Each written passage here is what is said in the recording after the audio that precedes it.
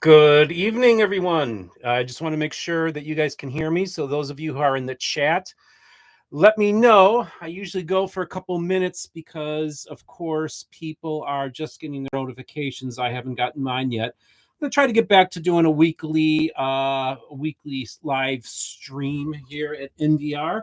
I've got a lot of interesting things that have happened this week.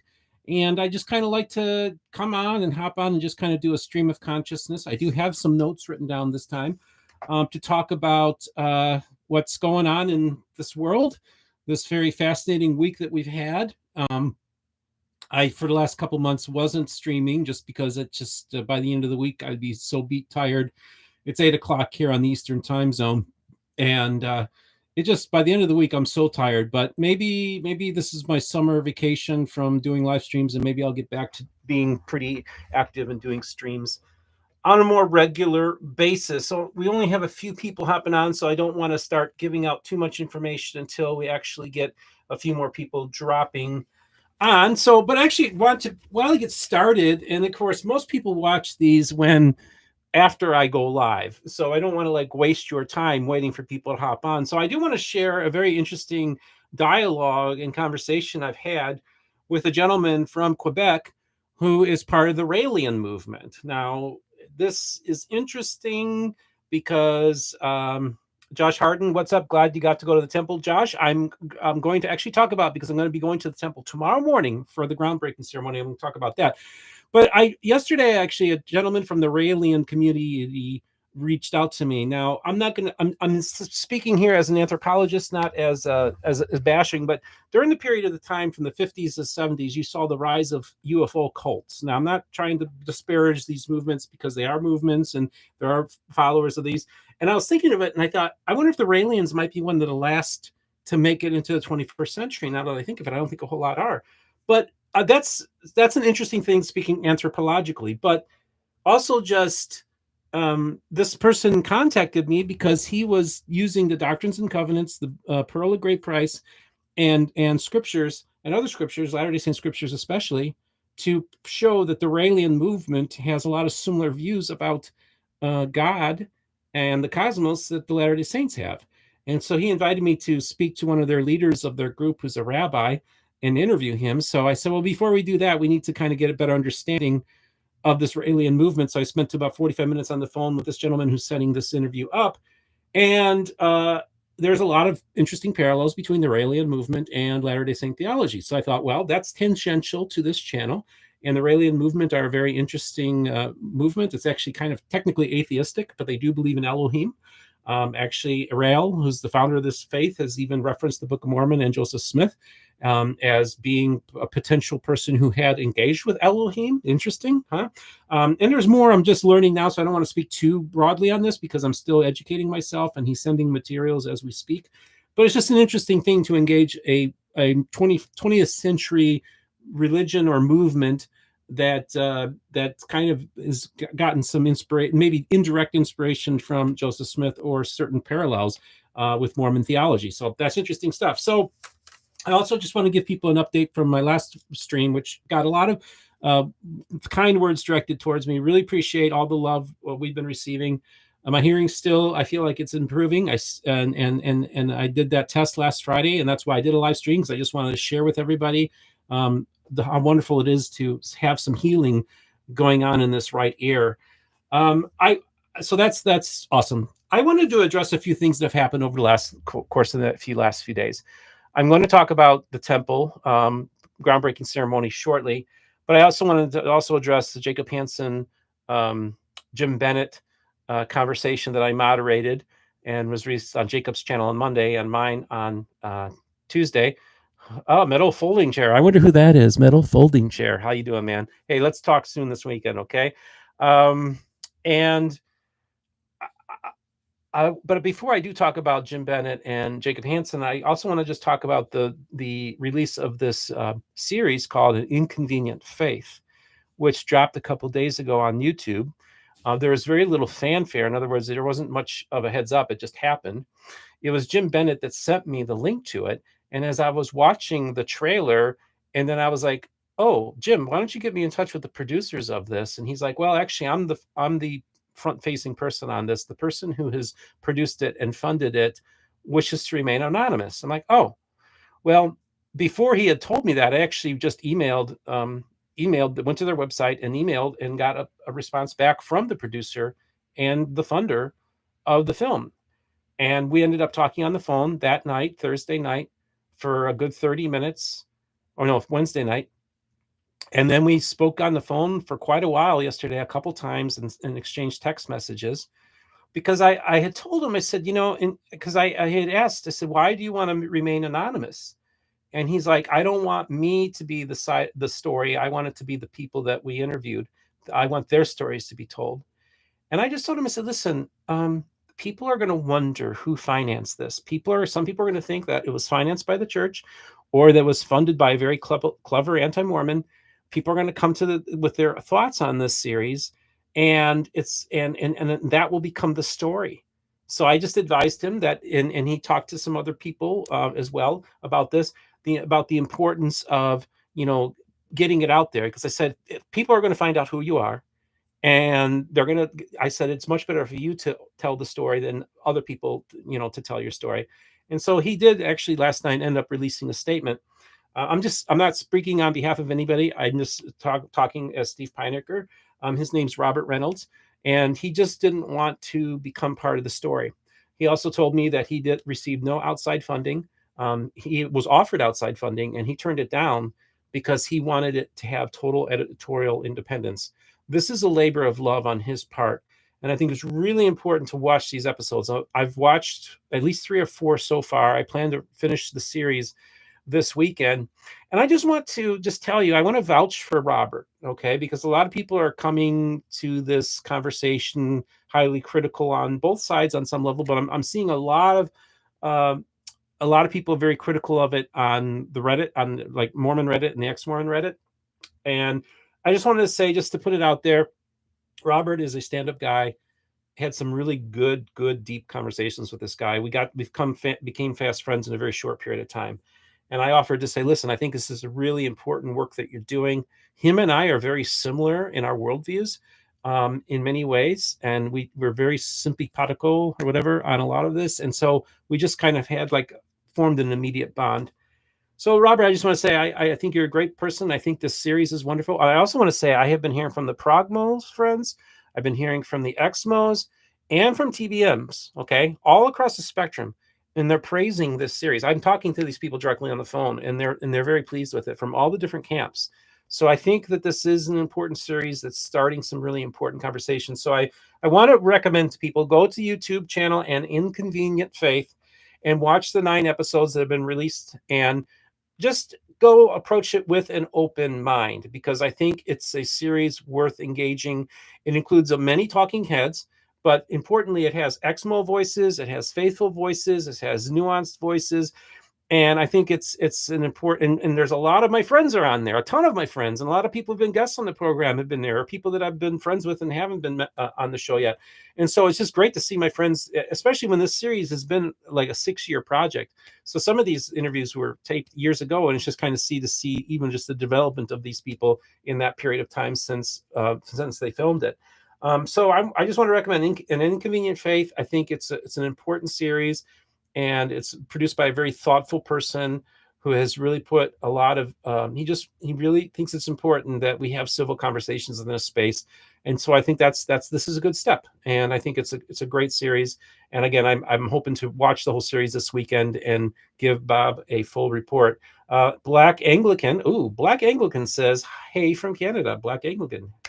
Happy Friday. Same to you, Black Anglican. Okay, let me go through the list here. Okay, so yes, so last Saturday I taped the conversation between Jim Bennett and Jacob Hansen, and I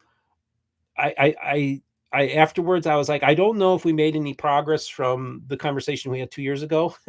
But I just want to give people a little background here. A couple of weeks ago, Jim Bennett reached out to me and said, I want to have a conversation with Jacob Hansen about Aaron Sherinian.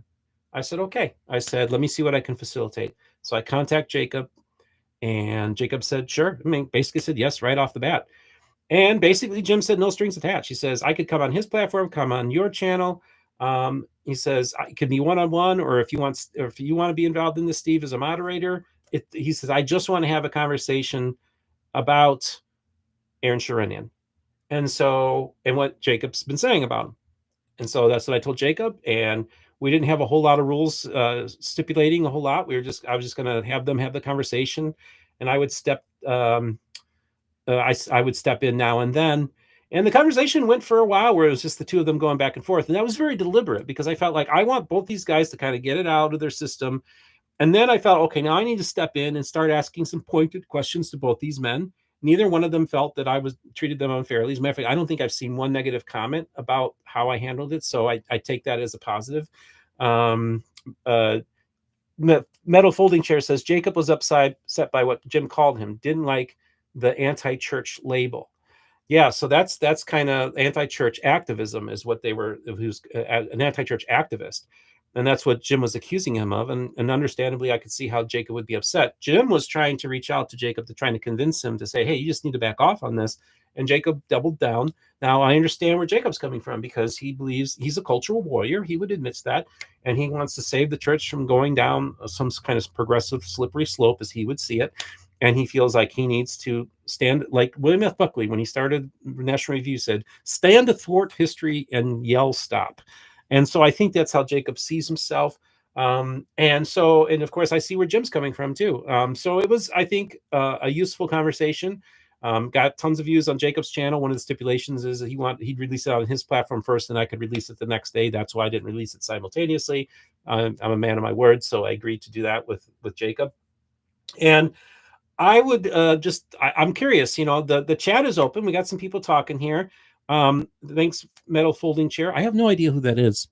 Metal Folding Chair. I just don't know. I don't have a clue. But I would like to hear in the chat here, what were your thoughts on the Bennett-Hansen thing? What were you guys' thoughts on the Inconvenient Faith series? Have you watched it yet? I'm just going to do a little short one here. And also, by the way, if you would like to make a contribution to MBR in the super chat and get a shout out from me, now's the time to do it.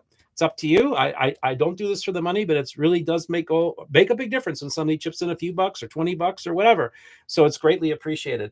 Okay, so then I actually, real quick, I'm going to talk about the Tampa Temple, and then I want to preview some guests that I'm going to be interviewing soon. So this was the invitation I received. This is a rendition of the Tampa Temple, and it's about, as the crow flies, it's about 23 miles from my house.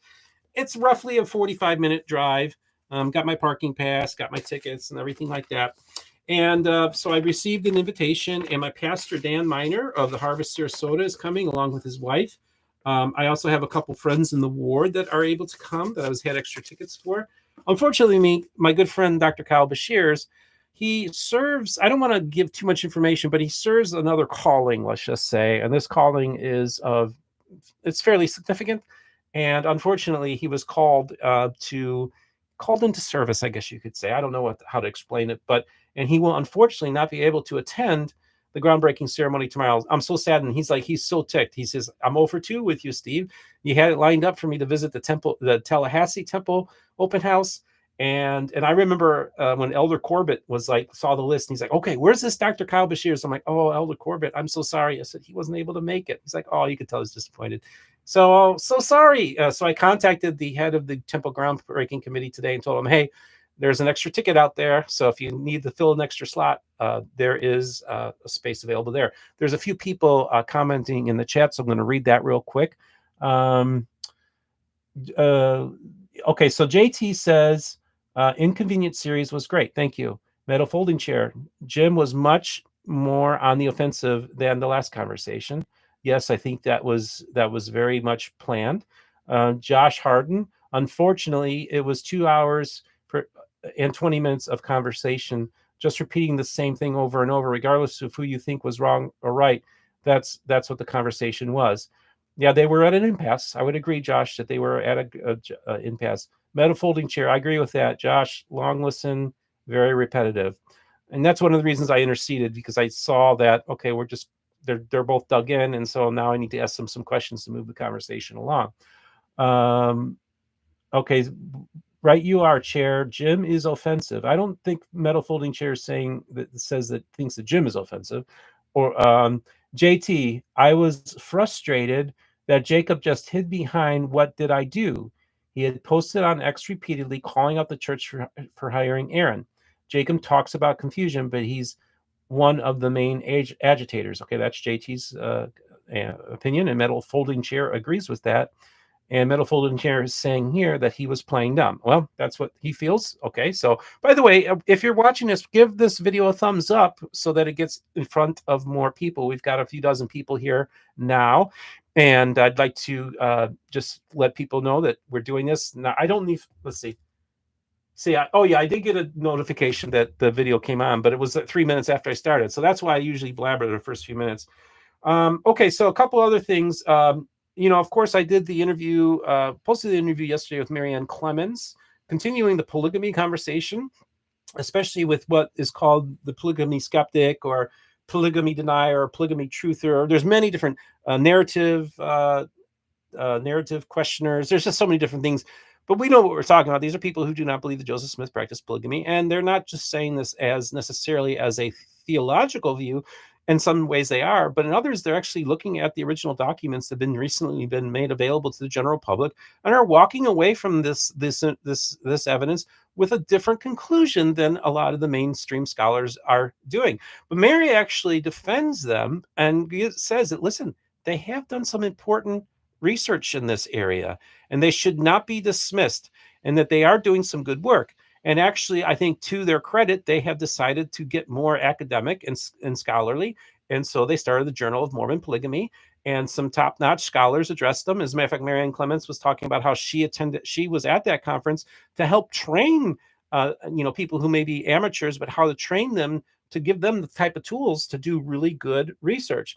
And I always tell people, I'm in favor of good research everywhere. I went to Mormonism Research Ministry and said, listen, guys, I would love to help you. I've got a lot of information. I could really help you guys with your research. Instead, they chose to attack me. It's a sad story, but that happens. I would offer this to any other group. And I've been trying to, just encourage that if we're going to have conversations, let's use good research tactics. Let's use the best tools that we have afforded to us today. A lot of people, especially Christian apologists, are stuck in the 1980s, 70s, and 80s counter cult apologetics. It's worthless today. It doesn't do any good. And I rarely ever talk to anybody that's converted away from Mormonism from those groups. So it's not effective at all. And in the amount, of resources and money that they put into this, it's not really paying off as far as I'm concerned. That's one of the reasons why I went to them to say, listen, I'd like for you guys to maybe update what you're doing and become more active in the Mormon History Association, John Whitmer, and actually do like you have research in your name. Why don't you do better academic stuff? And then you'll have more respect and people will take you more seriously. But instead they chose 1970s and 80s counter occult apologetics. And because I don't check off every single box, they don't think I'm a real Christian or a real evangelical. See, if they want to call me a progressive, which I've never claimed, and I've always said I'm not, and I've always been libertarian, because they don't really, to be honest with you, let's just be honest, they don't believe the progressives are Christians. That's what they're doing. Okay, that's why they want to put the progressive label on me, because if they can put the progressive label on me, they can dismiss me because they don't think I really am a true Christian. That's the reality. That's what they're trying to do. It's not going to happen, guys. Okay. I'm very proud to be part of the evangelical movement, although there's many aspects of it that grieve me greatly. Like I tell people, I left the evangelical village for 20 years and I came back and it was on fire. So I do feel like I'm supposed to play like a prophetic role amongst my people to get us back on track, because we have sold our prophetic birthright as a people for raw political power, and we're going to pay for it spiritually. The mainline denominations have faltered because of this, and the evangelical world is going to falter. That's just my opinion, but I believe it's true, and I think it's based in fact. We need help, and for us to be going and bashing other people of faith when our village is on fire is absolutely ridiculous. We need to focus on healing our people and also trying to curtail and repair the damage that we've done to the conversation and to people's lives. Oh my gosh, people are hurt, so devastated in the evangelical world, and it's so sad to see this. So I'm like, if I had a heart for the souls of people, I think we should focus on the evangelicals, because we actually have a lot of political power, and we're and we can do a lot of good, but we can also do a lot of damage. And I think we're doing a lot of damage in many ways to our country. I think evangelicalism has largely been a force for good in the history of this country, but I do think that it's gone too far in many ways. And that's why I think it's important to have different voices to kind of tone down bring down the temperature in some of these conversations. So Sunday, I'm going to be along with Colby Reddish, who's going to be my co-host. We're going to interview Randy Bell. He's going to be talking about his Dartmouth hypothesis and some of his issues he has with Jonathan Neville. So we're going to have that. We're going to tape that on Sunday. Monday, Tuesday next week, somewhere thereabouts, I'll probably be interviewing Jacob Isbell, who's going to be giving a what would Jesus do response, if you will, regarding polygamy, using the teachings of Christ and the examples of Christ. He doesn't believe that Joseph Smith practiced polygamy. He's recently been baptized into the Church of Jesus Christ. So I'm going to interview Jacob Isbell about that thing. Also today, I interviewed the prophet Shiloh. For the second time he's come out on the program. He believes he's the Davidic servant. And so I just asked him some further questions about, okay, show me the receipts, homie. I said that a couple times. What makes you think that we should follow you? And because you're making a statement, a very bold statement. And so I take an hour-long interview with him today. I thought it went really well.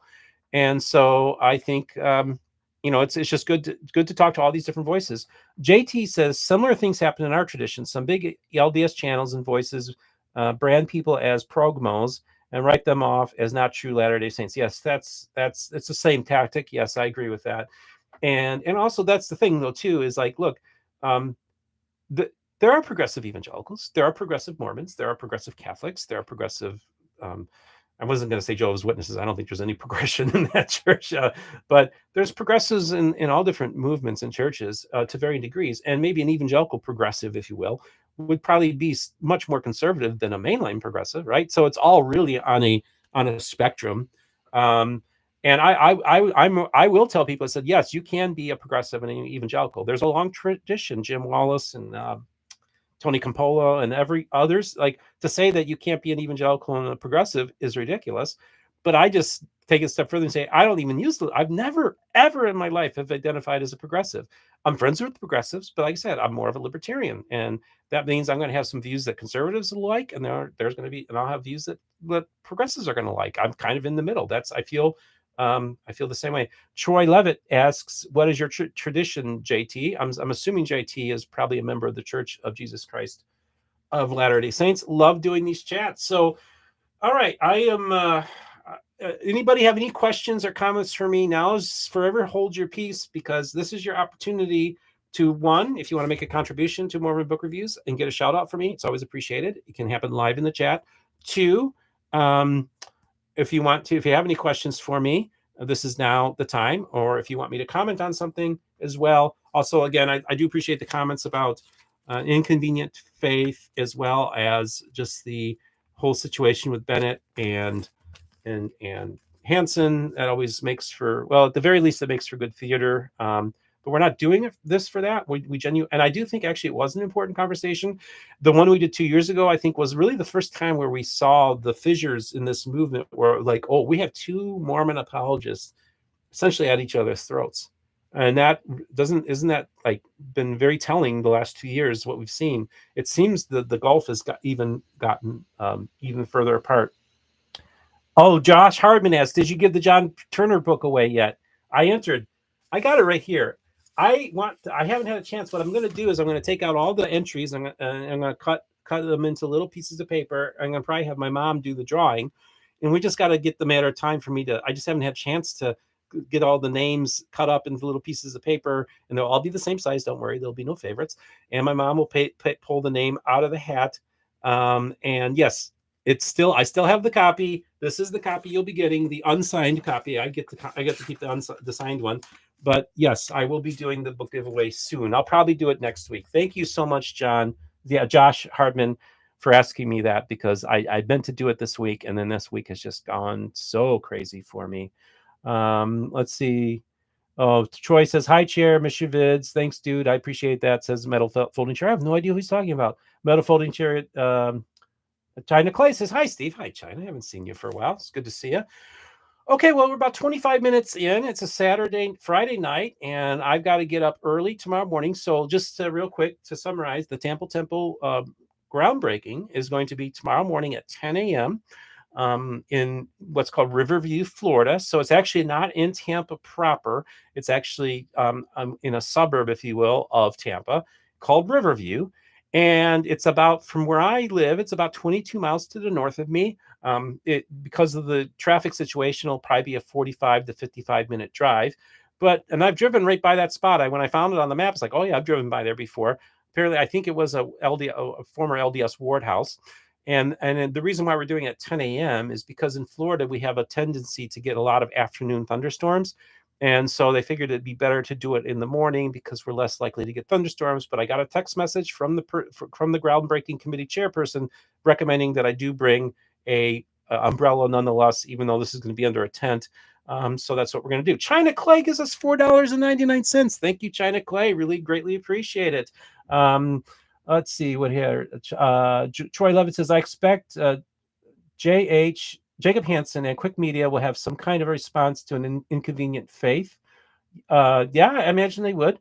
Paul Black says, have a happy temple trip. Thank you very much, Paul Black. And China Clay gave $4.99. So that's awesome. Awesome sauce. That's great. Love it. I'll keep it around. Well, let's do this for a couple more minutes. So here's your chance. If you're in the live stream, let me see. I think I can give China a heart, can't I? Can I give you a heart, China? No, I can't go. Well, I'm trying to give you a heart. I can't give you a heart. Well, either way, thank you so much, China Clay, for the generous donation of $4.99. I tell people, when you go and you give $4.99 to some of the big dogs, that's nothing. That's pocket change. When you give $4.99 to me, it's impactful. So it's greatly appreciated. Let me see if there's any other thoughts that I have. I just want, again, just a lot of interesting things have been happening. And I have a lot of conversations off the record with a lot of people. And I just want to let you know that I'm listening to you all, and I'm helping more importantly, facilitate conversations between people. I just got a text message earlier today from another podcaster saying, hey, can you get me so-and-so's number for another podcast? Like, sure, here it is. So I'm getting people who never even talk to each other the opportunity to have a good conversations. And even though maybe the Jacob Hansen, Jim Bennett conversation may have not necessarily been quote unquote a success, I think it's still an important and teachable moment for us to realize that, there are fissures in this church, and that's happening. It's real. We can no longer deny them. And I think we need to kind of get that out in the open and realize that, there's a lot of things that need to, a lot of changes are going to be made to the church. I can guarantee you that.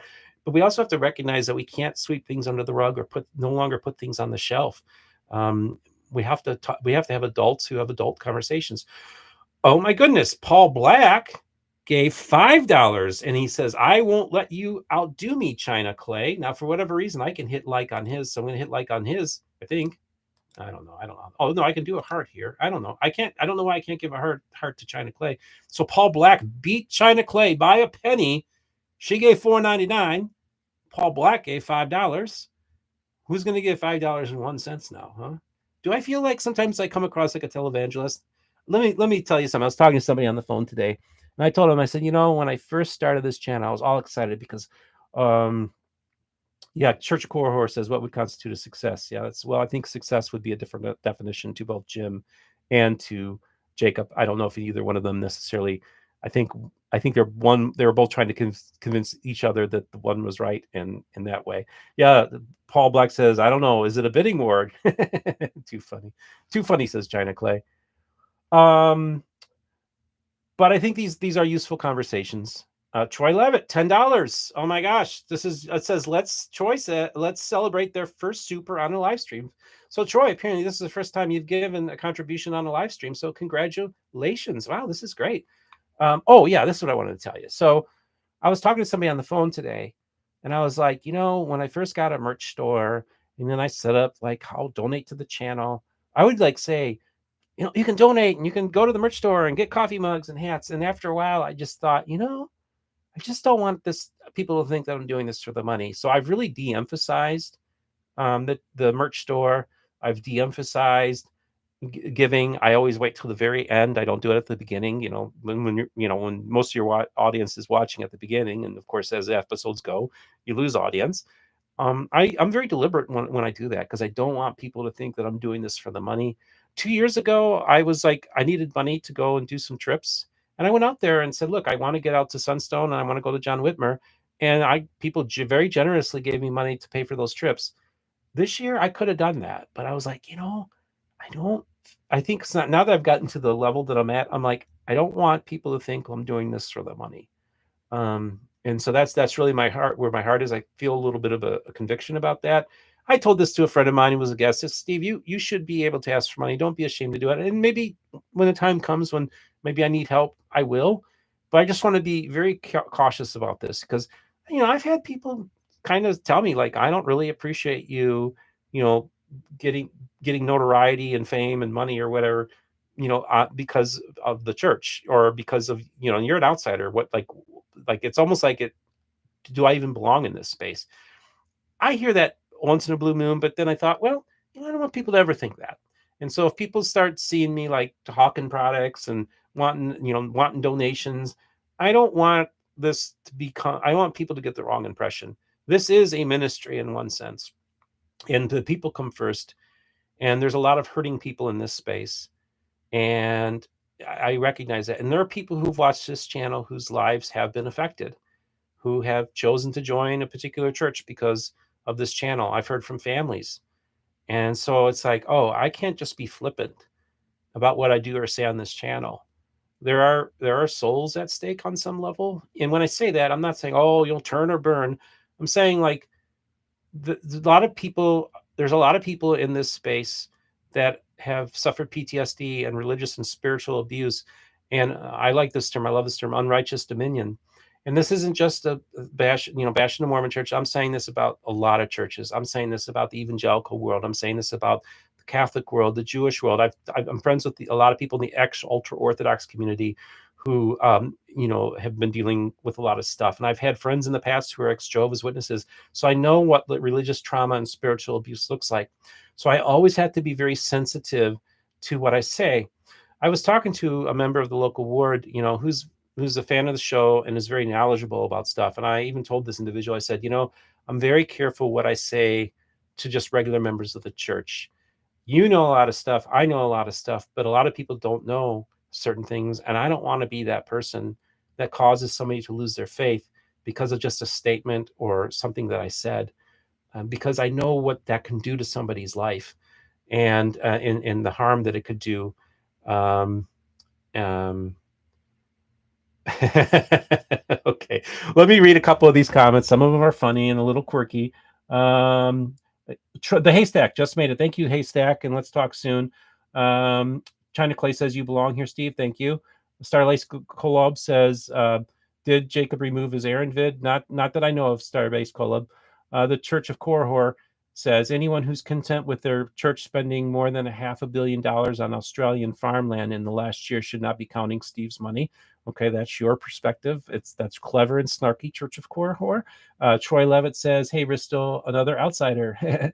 So, yeah, that's where we're at. We have just the chat alone is full of TBMs, Progmos, Exmos, and there's an Anglican in there. So we have Protestants. I hear from Catholics and people of all different religions, including the Raelians. If you just headline, I spoke with a member of the Raelian community. And this is a very interesting 20th century new religious movement that involves UFOs and teachings that parallel those of Joseph Smith. And their founder believes that Joseph Smith was one of those people who may have had an encounter with the Elohim. So we're going to find parallels between the Raelian community and the theology of the Church of Jesus Christ of Latter-day Saints. That's interesting stuff to me. So either way, it's been a little over 30 minutes. It's been a long week here. I want to just tell you, first of all, I just want to thank Troy and China and Paul Black for their contributions today. That's awesome. It really is appreciated. I'm hoping to try to get back on doing weekly live streams again after this summer hiatus. And I just need to get a good night's sleep tonight because I got to get up bright and early to attend the groundbreaking ceremony of the Tampa Temple. Everybody, I love you all. Have yourself a great weekend, and I'll see you soon.